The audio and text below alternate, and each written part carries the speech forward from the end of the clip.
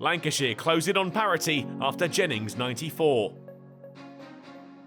A disrupted first day at the Sayat Unique Stadium eventually settled down in time for Chris Dent to score his second century of the season, fighting back against Lancashire, who finished the day slightly ahead of the absorbing contest, the hosts slipping from 156 for 2 to close on 279 for 7.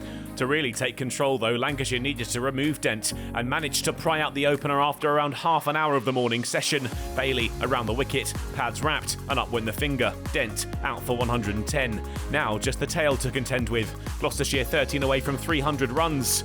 Gahar was the senior bat now, joined by Taylor. The pair denied Lancashire long enough to add the extra batting bonus points. Wood dug one in short. Gahar took it on. The ball hooked over the leg side boundary. 50 up off 92 balls. Gloucestershire battled on, but they'd have to do without Gahar. Out caught trying to cart Morley for 6 again. Taylor and Payne took them to 337 when Balderson popped up with the last wicket. Taylor out, LBW for 16. Gloucestershire's first innings at an end.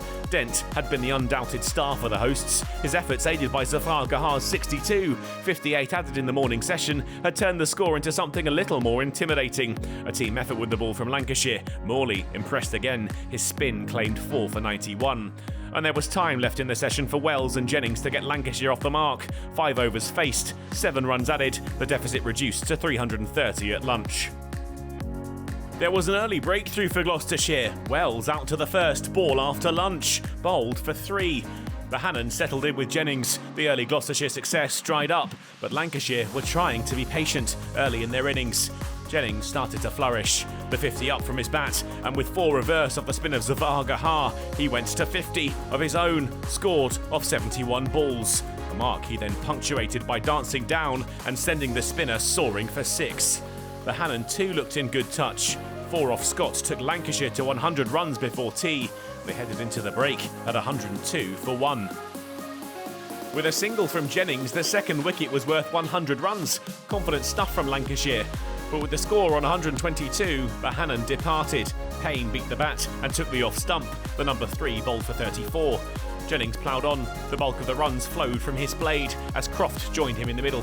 A Croft boundary took them beyond 150, but attention was turning to the man at the other end in the 90s and chasing a ton, which he was denied. Out caught behind off Higgins, Bracey brave and up to the stumps. Good hands from the Gloucestershire keeper. The captain Dane Villas got a little stuck and could only add 1 before he was trapped in front by Tom Price. Perhaps their grasp on the game was starting to be loosened. Croft and Salt stuck together though, and the latter had them up to 200 as he ploughed Payne to the fences for 4. When time was called on the day, Lancashire had moved to 111 behind their hosts, and the concerns early in the innings had been eased. Control re-established, heading into day 3.